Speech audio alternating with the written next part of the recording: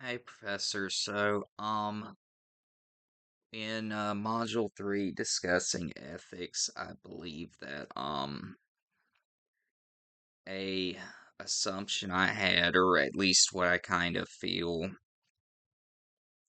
not really was given to me, but was kind of part of the thing, is just when I was first getting into the mental health and social work field, I kind of felt like that I assume ethics was a really black and white thing, either is or is not. Um, and I think what kind of perpetuated that for me was, when you're first beginning to have to take trainings for work or anything like that, they're very like rudimentary. So the scenarios you go over are really basic, just, hey, this person's doing an unethical thing, and your response is supposed to be able to identify that.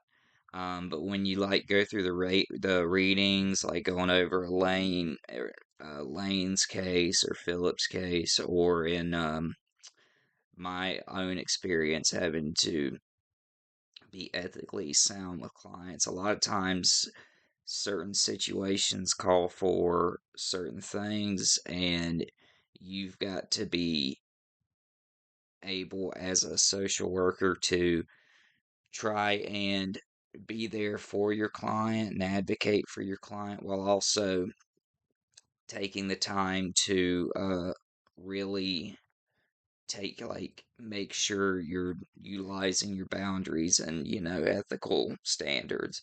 I know at my job probably a month or two ago, we just had a real issue where we had a peer supporter who was a peer support for one of the residents at my facility. The resident had relapsed on facility property, so we had discharged him and referred him to and referred him out, but he was under.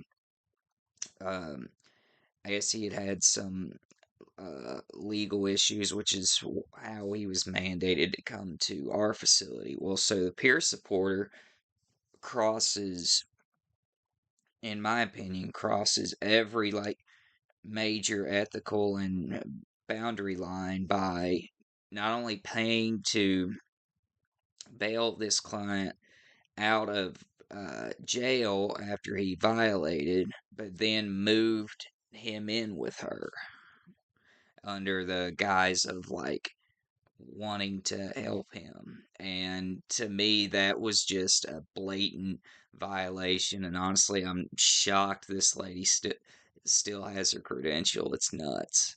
But anyway, yeah, that's what I would say is from a assumption or understanding, like how I became enlightened, is just how much ethics, how varying shades of gray ethics play in our roles as social workers and healthcare providers. So I hope that works for the assignment. I appreciate it. Thank you.